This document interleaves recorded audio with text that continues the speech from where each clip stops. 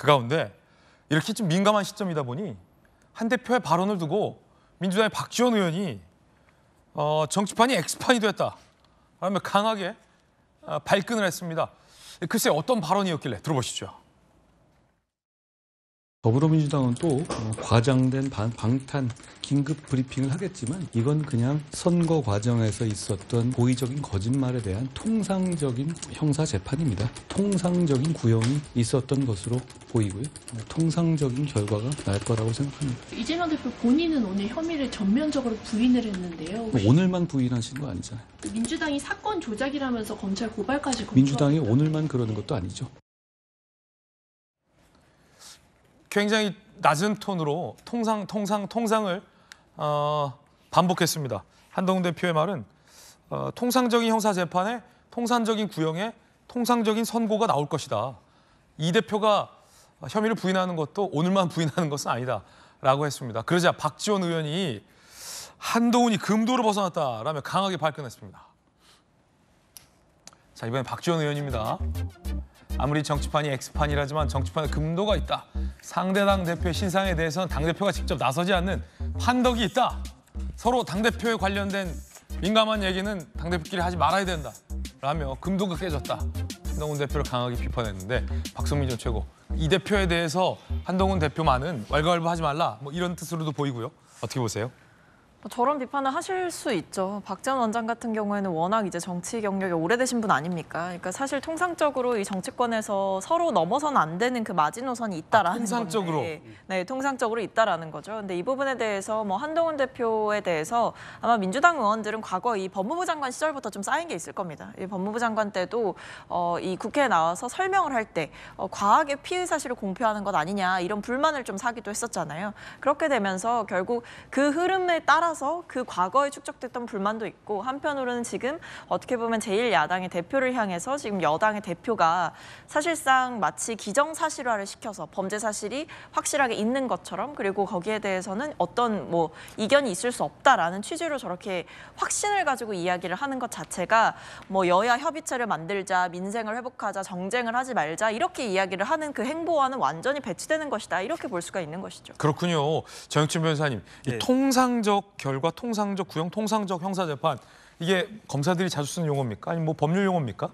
아니면 통상 쓰는 말입니까? 통상 쓰는 말이죠. 통상 쓰는 말이에요. 법전에도 아마 통상이란 말이 들어가 있는 경우가 꽤 있을 거고요. 통상을 3번이나 썼잖아요. 그런데 저 이야기가 한동훈 대표가 한 이야기가 그냥 한 이야기가 아니에요.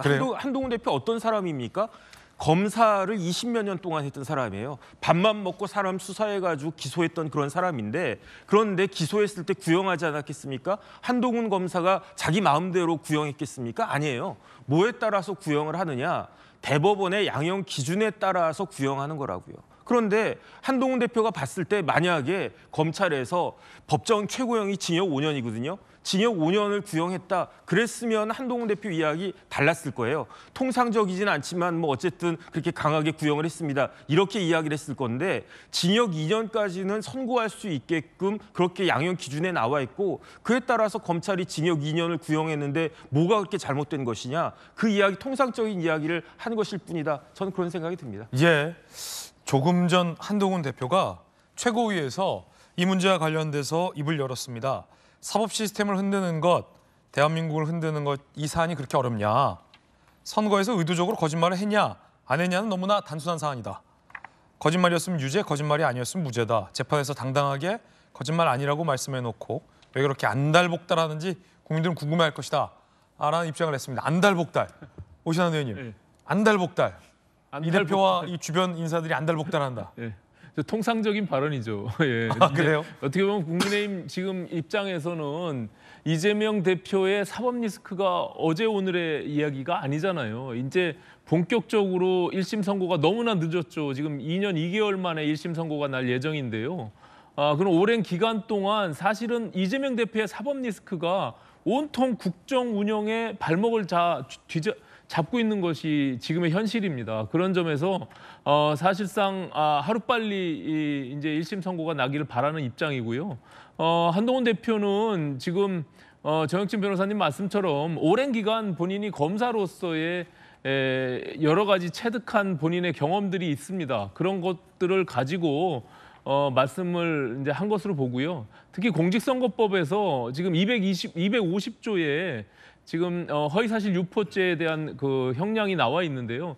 굉장히 엄하게 다루고 있습니다. 이제 공직선거법상 기부행위, 여러 가지 금품을 제공을 해서 선거에 이기려고 했던 경우의 경우도 5년 이하의 징역과 3천만 원 이하의 벌금형에 처하고 있거든요. 그런 것과 준하게 허위사실 유포죄도 그렇게 엄하게 지금 다루고 있기 때문에 2년의 구형이라는 것이 정말 통상적인 그런 검사의 구형이라고 볼 수가 있고요. 물론 이제 가중치를 적용한 그런 내용들입니다. 그렇기 때문에 이제 사법부가 이 부분에 대한 엄정한 판결을 내리리라 저는 이렇게 예상하고 있습니다. 예.